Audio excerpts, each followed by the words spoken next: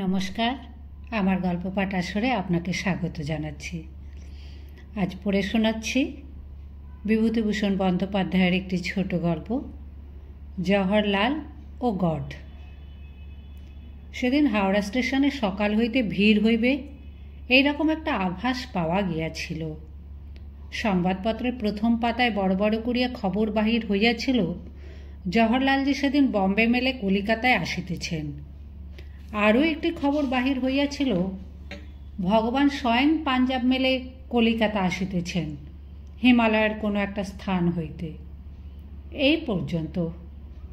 Time table দেখিয়া জানিলাম উভয় train আসিয়া পৌঁছবে 2 ঘণ্টার ব্যবধানে। বম্বে মেল আগে আসিবে বেলা 7টা সাড়ে 7টার মধ্যে। গিয়া দেখি হাওড়া স্টেশন পর্যন্ত অগ্রসর হওয়া সম্পূর্ণ দুঃসাধ্য ব্যাপার। স্ট্যান্ড রোডের পর হাওড়া পুলের দিকে এক পাও বাড়ানো সম্ভব নয়। মনে মনে ভাবিলাম, ভগবান ও জওহরলাল একই দিনে যখন কলিকাতা আসিতেছেন তখন এমন ভিড় হওয়া স্বাভাবিক বটে। জওহরলালজি আসিবার কথায় তত বিস্মিত হই নাই, কারণ তিনি ইতিপূর্বেও কলিকাতায় আসিয়াছেন। কিন্তু ভগবান কখনো কোথাও আসেন না, তিনি নিরাকার। এ পর্যন্ত তাহাকে কেহ দেখে নাই বলিয়াই শুনিয়াছি। তিনি হঠাৎ অদ্য পাঞ্জাব মেলে কেন যে কলিকাতা আসিতেছেন কিছু বোঝা গেল না। কোথা হইতে আসিতেছেন তাহাও জানি না। ভিড়ের মধ্যে দেখি একদল সংকীর্তন পার্টি চলিয়াছে, বোধহয় ভগবানকে অভ্যর্থনা করিবার জন্য। ভগবানকে অভ্যর্থনা করিবার জন্য সংকীর্তন পার্টি কি হইবে? কারো গঙ্গা যাত্রার সময় সংকীর্তনের ব্যবস্থা করা হয় জানি, কিন্তু ভগবান যখন স্বয়ং হাওড়া স্টেশনে আসিতেছেন তখন এর অপেক্ষা ভালো ব্যবস্থা কি করা যাইত না? অতি কষ্টে প্ল্যাটফর্মে ভিড় ঠেলিয়া সম্মুখভাগে আগাইবার চেষ্টা করিলাম। সঙ্গে সঙ্গে জওহরলালজির ট্রেন আসিয়া দাঁড়াইল। ইহার পর স্টেশন ভাঙিয়া পড়ে আর কি, বহুবিধ স্লোগানের সমবেত উচ্চকণ্ঠের উচ্চারণে। সাংবাদিক ও ফটোগ্রাফারদের দল দেখিতে দেখিতে পণ্ডিতজিকে ঘিরিয়া ফেলিল। তারপর সেই বিরাট জনতা তাহাকে লইয়া পথে নামিল। এই পর্যন্ত দেখিলাম। ইহার পর কি ঘটিল না ঘটিল বলিতে পারিব না, কারণ আমি জওহরলালজির সে বিশাল শোভাযাত্রায় যোগদান করি নাই। ভগবানকে দেখিবার জন্যই প্ল্যাটফর্মে ছিলাম। দল চলিয়া গেল, প্ল্যাটফর্ম প্রায় খালি। সেই সংকীর্তন পার্টি ছাড়া ভগবানকে অভ্যর্থনা করিবার জন্য কেহ উপস্থিত নাই গোটা প্ল্যাটফর্মে। একজন রোগা গোপদাড়ি কামানো লোক আমার কাছে আসিয়া বলিল, মশাই, আজ নাকি ভগবান আসছেন। এই রকমই তো কাগজে লিখেছে। কোন প্ল্যাটফর্মে জানেন? পাঞ্জাব মেলে তো আসছেন, এনকোয়ারি অফিসে একবার জিজ্ঞেস করে আসুন না। উফ মশাই, যা ভিড়ের কাণ্ড! কি কষ্টে যে হাওড়া পুলটুকু ছাড়িয়ে এসেছি। প্রসেশন কত দূর গেল? জওহরলালজির মোটর তো স্ট্যান্ড রোড দিয়ে হাইকোর্ট মুখে চলে গেল দেখলাম। আর কিছু বলতে পারি নে। বসুন, এনকোয়ারি অফিসে জিজ্ঞেস করে আসি। লোকটা সেই যে চলিয়া গেল, আর ফিরিল না। অন্তত আমি আর তাহাকে দেখিলাম না। মিনিট 20 পরে পাঞ্জাব মেল আসিয়া সশব্দে স্টেশনে প্রবেশ করিল। বিশেষ কোনো দলকে আগাইয়া যাইতে দেখিলাম না, সেই ক্ষুদ্র সংকীর্তন পার্টি ছাড়া। তাহারা ততক্ষণ খোল ও খঞ্জনির সাহায্যে উদ্দণ্ড রেড় ও কীর্তন জুড়িয়া দিয়াছে। প্ল্যাটফর্মময় ফুল ও ছেঁড়া ফুলের মালা ছড়ানো। কিছুক্ষণ পূর্বে পণ্ডিতজির উদ্দেশ্যে যে বিরাট পুষ্পবৃষ্টি হইয়া গিয়াছে তাহারই চিহ্ন। এগাছা মালা কেন সংগ্রহ করিয়া আনিলাম না ভগবানের জন্য ভাবিয়া মায়া হইল সেই বেচারির ওপর। সংকীর্তনের দল কি মালা আনিয়াছে? আনিতে পারে। হুড়হুড় করিয়া লোক নামিয়া গাড়ি খালি হইয়া আসিল।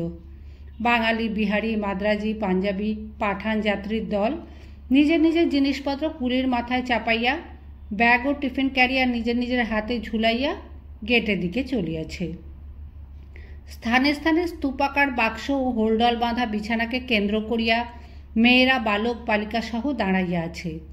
সঙ্গের পুরুষেরা কুলিদের সঙ্গে দরদস্তুর করিতেছে। খুব একটা ব্যস্তত্রস্ততার ভাব চারিদিকে। কিন্তু ভগবান কই? ফার্স্ট ক্লাস দেখিলাম, সেকেন্ড ক্লাস দেখিলাম। 2-3টি বাঙালি পরিবার একটি সেকেন্ড ক্লাসের কামরা হইতে নামিয়া কামরার সামনেই মালপত্র নামাইয়া জটলা করিতেছে। ইঞ্জিনের সামনে ফার্স্ট সেকেন্ড ক্লাস কম্পোজিট বগিখানিতে মিলিটারি বোঝাই, তাদের সঙ্গে বহু মালপত্র। কুলিরা ঠেলা গাড়ি আনিয়া মাল বোঝাই করিতেছে। এখানেও তো ভগবানের আসিবার কথা নহে। সংকীর্তন পার্টি কীর্তন থামাইয়াছে। তাদের কাছে গিয়া বলিলাম, মশাই, ভগবানকে খুঁজে পেলেন? উহাদের একজন বলিল, না মশাই, আমরাও তো খুঁজছি। পেছন দিকটা দেখে এসেছেন? সব দিকে দেখা হয়ে গিয়েছে। ইন্টার ক্লাসটা দেখা হয়েছে? কোনো ক্লাসে বাদ দিইনি আমরা। কোথাও তো তেমন কোনো লোককে দেখলাম না মশাই। আমরা বাগবাজার গৌরীয় মঠ থেকে আসছি। আরও খানিকটা অপেক্ষা করিবার পর আমি নিরাশ মনে প্ল্যাটফর্ম হইতে বাহির হইয়া রাস্তায় পড়িলাম। কি মনে করিয়া ট্রাম না ধরিয়া হাওড়া পুল ধরিয়াই চলিয়াছি। হঠাৎ চোখে পড়িল একজন লোক পুলের মাঝামাঝি রেলিং ধরিয়া অন্যমনস্কভাবে গঙ্গার জলের দিকে চাহিয়া আছে। আমি পাশ দিয়া যাইতেছি, লোকটি হঠাৎ আমার দিকে ফিরিয়া চাহিল।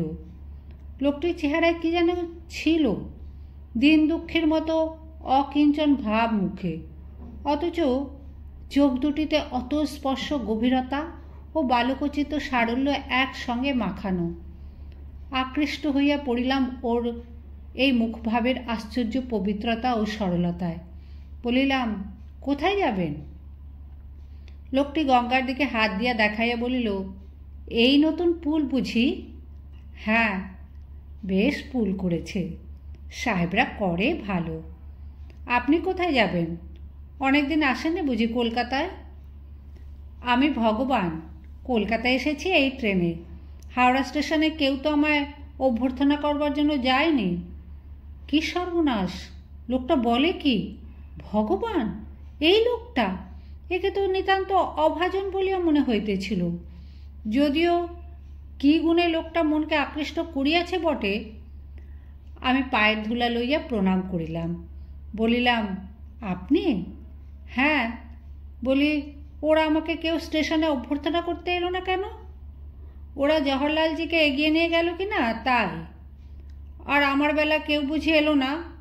ভদ্রলোক দেখিলাম ছেলে মানুষের মতো ঠোঁট ফুলাইয়া অভিমানের সুরে কথা কয়টি বলিলেন। আমার দুঃখও হইল, হাসিও পাইল। ভগবান এত ছেলে মানুষ। সান্ত্বনার সুরে বলিলাম, তা কেন? গৌরীয় মঠের বাবাজিরা কীর্তন পার্টি নিয়ে এসেছিলেন তো, তা বোধহয় আপনাকে তারা চিনতে পারেননি। আপনার কোনো ফটো তো ইতিপূর্বে কোনো খবরের কাগজে বার হয়নি, চেনাই যে দায়। ভগবান আমার কথায় ছেলে মানুষের মতো অল্পে সান্ত্বনা পাইয়া বলিলেন, তা বটে, চিনতে পারেনি তা কি করবে? শোনো, আমার একটা ফটো তুলিয়ে খবরের কাগজে ছেপে দিতে পারবে? আগে বলেন। আগে ফটো আমি তুলিয়ে দিতে পারি, কিন্তু কোনো খবরের কাগজে লোকের সঙ্গে আমার আলাপ নেই। কাগজে ফটো ছাপাবার ব্যবস্থা তো করতে পারিনি। ভগবান নিরাশভাবে বলিলেন, ও। আমার আবার মায়া হইল তার এই অসহায় বালকের মতো কণ্ঠের ও শুনিয়া। বলিলাম, চলুন না কেন, এই কাছেই বর্মন স্ট্রিটে আনন্দবাজার পত্রিকা আপিসে ওরা আপনার ফটো নিশ্চয়ই যত্ন করে ছাপবে আপনার নাম শুনলে। চলুন, সঙ্গে করে নিয়ে যাচ্ছি। ভগবানের মুখ আনন্দে উজ্জ্বল দেখাইল। আগ্রহের সুরে বলিলেন, চলো চলো, তাই চলো। এইবার ফটো ছাপালে সামনের বারে অনেক লোক আসবে। তারপর যেন খানিকটা আপন মনেই বলিলেন, লোক চেনে না তাই, না চিনলে। আমি কিন্তু যে কথাটা ভাবিতেছিলাম সেটা তাহাকে বলিলাম না। ফটো ছাপানো হয় না বলিয়া চিনিবার অসুবিধার জন্য যে তাহার অভ্যর্থনা হয় নাই তাহা তো কথা নয়। আসলে প্ল্যাটফর্মে তখন লোকজনই ছিল না তিনি যে সময় আসিলেন। হঠাৎ মনে পড়িয়া যাওয়াতে কথাটা বলিলাম যে তিনি কোথায় উঠিবেন ঠিক করিয়াছেন। তিনি বলিলেন, কেউ তো আগ্রহ করে নিয়ে যাচ্ছে না, কোথায় উঠব কি জানি। যদি কিছু মনে না করেন, আমার একখানা ঘর আছে দোতলায়, ভাড়াটে ঘর, একলাই থাকি। সেখানে যদি আজ রাত্রে থাকেন তা বেশ, যাব এখন। আপনার খাওয়া দাওয়ার তো কোনো মানে ওখানে সব আঁশ মাছ মাংস খাই। অবশ্য নিরামিষ যদি খান তার ব্যবস্থা করে দেব এখন। ভগবান হাসিয়া বলিলেন, আমার আবার ওসব কি, যা দেবে তাই খাবো, আমি কি বৈষ্ণব গোসাই? অপ্রতিভ সুরে বলিলাম, আগে ক্ষমা করবেন, বৈষ্ণবেরা নিরামিষ ভোগ আপনাকে নিবেদন করে দেন কি না তাই বলছিলাম। আবার অন্য লোকে মাছ মাংস দিয়ে ভোগ দেয়, মুরগি বলি দেয়, গরু মহিষ ছাগল কাটে, তাও খায়। আমার এক অবতারে আমি ভক্তের দেওয়া শূকরের মাংস খেয়ে রোগগ্রস্ত হয়ে নরদেহ ত্যাগ করি। আগে জানি বুদ্ধ অবতারে। ব্যাপার কি জানো, আদিম নিহারিকাটা ঘুরিয়ে দেবার পরে বিশ্বসৃষ্টি আপনা আপনিই হচ্ছে, আমার কোনো কাজ নেই। আজ কোটি কোটি বৎসর ধরে বেকার বসে আছি, ঘুরে ঘুরে বেড়াই, কোথায় কি হচ্ছে দেখি। এখন আমি শুধু দ্রষ্টা ও সাক্ষী মাত্র। জগতে দেখতে পাই আমায় কেউ চায় না, কেউ বোঝে না, একা একা থাকি, সর্বত্রই আছি, অথচ কেউ ফিরে চেয়েও দেখে না। কেউ মানে না আজকাল আর, বলে উনি তো বেকার, জগৎ আপনা আপনি চলছে, ওর আবশ্যকতাই বা কী। কষ্ট হলো বেচারির জন্য, এমন সুরে কথা বলিলেন, তার ওপর কেমন একটা মায়াও হইল। মানুষ বেকার হইত, চেষ্টা যত্ন করিয়া একটা কাজ জোগাড় করিয়া দিতাম। ভগবানের বেকার সমস্যার সমাধান করা আমার সাধ্যায়ত্ত নয়। সামনেই চিতপুর রোড, বড় ট্রাফিকের ভিড়। পেছনে ফিরিয়া বলিলাম, আসুন, এই সামনেই আনন্দবাজার আপিস, আপনার ফটোটা তাহলে। আহ্লাদের সুরে বলিলেন, বেশ, চলো চলো, ওদের আমার পরিচয়টা দিয়ে দিও। না, বড্ড সরল ও ছেলে মানুষের মতো। এত ছেলে মানুষই কেন ভগবানের মধ্যে? আহা, কেন লোকে ওকে মানে না, গ্রাহ্য করে না, না মানিয়া মনে কষ্ট দেয়। চিতপুর রোড পার হইয়া ওপারের ফুটপাতে উঠিয়া পেছন ফিরিয়া তাহাকে ডাকিতে গিয়া দেখি তিনি নাই। ভিড়ের মধ্যে কোথাও হারাইয়া গেলেন নাকি? কলিকাতায় চলাফেরার অভ্যাস নাই তো। তন্ন তন্ন করিয়া খুঁজিয়াও আর তাহাকে দেখিতে পাইলাম না।